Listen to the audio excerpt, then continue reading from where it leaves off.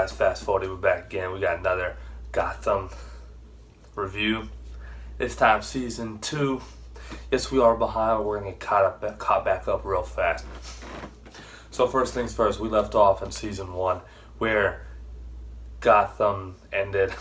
Bruce realizing that he wanted to be more, he wanted to step up and do more, and not hide behind the shadows of his parents' footsteps, and him, Alfred, discover a secret pathway downstairs in Wayne Manor. And that's pretty much where it leaves off, along with the gangs of Gotham just having an all-out war. Since season 2 has been done for quite some time now, like really quite some time. For those of you who haven't watched season 2, for those of you who just want to get caught back up, this is the perfect video for you. This is your station right here. This is where you live. Season 2 of Gotham starts off with Jim Gordon shooting and popping and kicking ass all over the place. Jim Gordon and Harvey Bullock are just going at it, kicking butt and stopping names. But all of a sudden, and that takes place for like a quick few segments of the first episode of this season.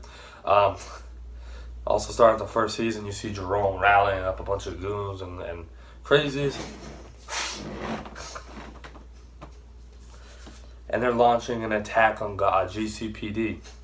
They launch an attack on GCPD, and also not to mention, Barbara Keene, Jim Gordon's girlfriend, goes a little cuckoo, and he runs into her, and she's working with Jerome, or at least on the same side for the most part, and that's kind of what happens there. They ambush the GCPD. The woman captain gets shot and killed. Then we are introduced with Nathaniel Barnes, a really uptight military-like-minded type of officer, but he's the new GCPD captain. He runs the show. Unfortunately, we say goodbye to the one, I can't remember her name, so forgive me, the one chick who just got shot by Jerome. A bunch of new characters and a bunch of new pathways. Edward Nygma has taken up a little bit of a path to the worst. People think he's a joke. And now a lot of his Riddler-based schemes are getting put into play. That's right, we are seeing a transformation of the Riddler, but slowly but surely it's happening. And it all started because he went crazy because he had to kill that one officer who was actually beating her, and thought that the one woman he liked was supposed to be his, and that not a lot of people else deserved her. Needless to say, he killed her, and then also you fast forward a little bit, he did kill the girl he loved on accident, and then there was another situation where he found someone else, and Penguin, I think this happens this season, Penguin hired someone, or she got pushed into a train, and it turns out the Penguin killed his next girlfriend, and that really twisted his mind up. Later in this, now taking a little bit of a turn here with the Enigma fashion, he goes a little crazy, and then he really starts breaking the law and pretending like he's okay, but he's not okay. He's becoming something entirely opposite of the force of the GCPD and anything good. He's becoming a supervillain slowly but surely, and it is brilliant of how we see this book of the becoming of the Riddler. And he will not don the green suit this season, but eventually he will. Also, carrying on to the main points here, besides the small deaths and side parts of everybody's story, we also see new characters like Victor Fries. His famous side story of him trying to bring back his beloved wife with cryogenic techniques that require ice and a lot of cool down in his basement, but then obviously he doesn't last long, and we see him slowly become Mr. Freeze because one of the main plots of this whole season is the fact that we have Hugo Strange. We don't find this out till later, but Hugo Strange is running Indian Hill underneath Arkham, or inside Arkham, in a secret passageway. And he's running Indian Hill where a lot of things are happening, and he's trying to create all these monsters that will, have a key part in next season, probably. Who knows? If you've already seen it, then you already know. But Bruce Wayne's trying to figure out more. He thinks he has tracks on who killed his parents, and he kind of does, but he kind of doesn't. But somebody hired the main hire to kill his parents initially, and he felt like he wanted revenge. We were also introduced with Theo Galavan. Theo Galavan is, now here's the thing, he ends up becoming, he's going to start off as someone who wants to become the mayor. He wants to change the city, but in a negative way. He wants to run it his way. He's not going to have, and the Penguin is going to kind of go against Theo Galavan. They don't believe in each other. Theo Galavan doesn't end up killing the Penguin's mother, unfortunately. For him, that turns him to a new madness, and he wants to kill Theo Galavan and his followers. One of his followers being a girl who also sides with Butch and Barbara later down the line. You guys will see this.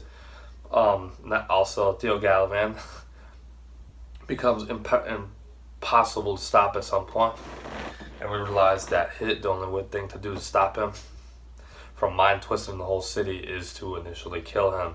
And Nathaniel Barnes would come not to like this. Nathaniel Barnes believes in free trial, but for not automatically killing and not doing things a dirty cop way. He tries to cleanse the GCPD for what he believes in, so that there can be a better tomorrow in the best of ways, even though the city is corrupt and it is not, just being good is not the only way to solve the problems of Gotham City. So, in a conclusion with this, Theo Galavan is killed by Jim Gordon, and also tag teamed with the Penguin. They kidnap him, throw him in the trunk, meet him at the beach, cock back the pistol, shoot him in the head, and choke him, and that's how that goes, and it's all good. Hugo Strange will come to find him. And then he will be one of the human experiments that he can use for his nasty plans. And at the same time of this creates fast forwarding a little bit, this creates a problem at the end of the season. With that creating a problem at the end of the season, there are monsters unleashed. Fish Mooney has also died, but she came back. She came back because of the experiments, and she was able to brought back to life. But she also has powers in a way. She has powers. She touches you, that's a problem. She has this weird eye thing going on. That's part of what her special abilities now. This is all because of the mad evil science genius that Hugo Strange is, and the things he can create. He also creates an extra Jim Gordon to benefit in his plans, therefore keeping Jim probably to kill the real one in Arkham Asylum / Indian Hill. Bruce Wayne tries to go there, then they work together and they try to get out, blah blah blah. That's initially how that goes. On top of that,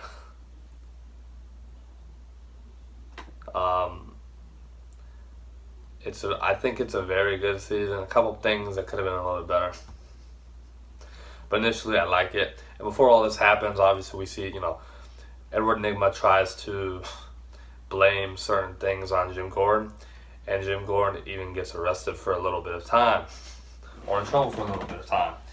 There are several times he goes kind of rogue against the GCPD to prove his point, and that comes out actually successful also. And then he hunts down Edward Nygma in the snow, and he gets sent to Arkham for his insanity that he has become and the murder he has caused. This is another big point, and something else that is portrayed in a perfect way, I might add. And it just adds the spice and the crime and the puzzling minds to the show. With that being said, we move on to the end segments of the season. Everything's kind of winding down. We've met Firefly, Victor Fries. We've met some goons here and there. We met Hugo Strange, and we've seen glimpses of this old lady with a mask. This old lady with a mask kind of looks like an owl. Oh, what does that make you think of for all you DC Batman fans? That's right, the Court of Owls. The Court of Owls will be the big, big bad thing happening in season 3. There you go. And with that being said, they're the reason that Bruce's parents was also murdered.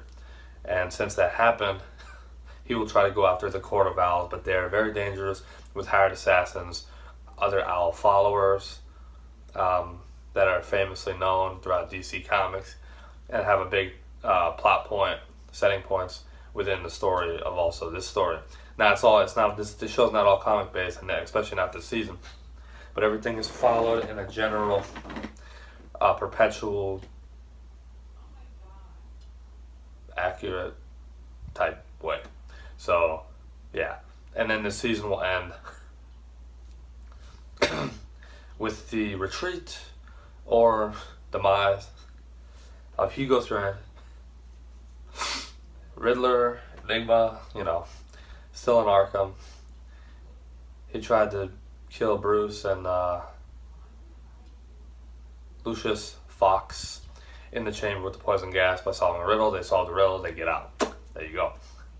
And they are all stopped, but Hugo Strange does manage to get off his monsters, who are loaded into a bus. Mr. Freeze actually gets cryogenic gear and starts blasting shit, and the Firefly does the same thing with her gear. They've been stopped before, but they just come back because they're not fully defeated.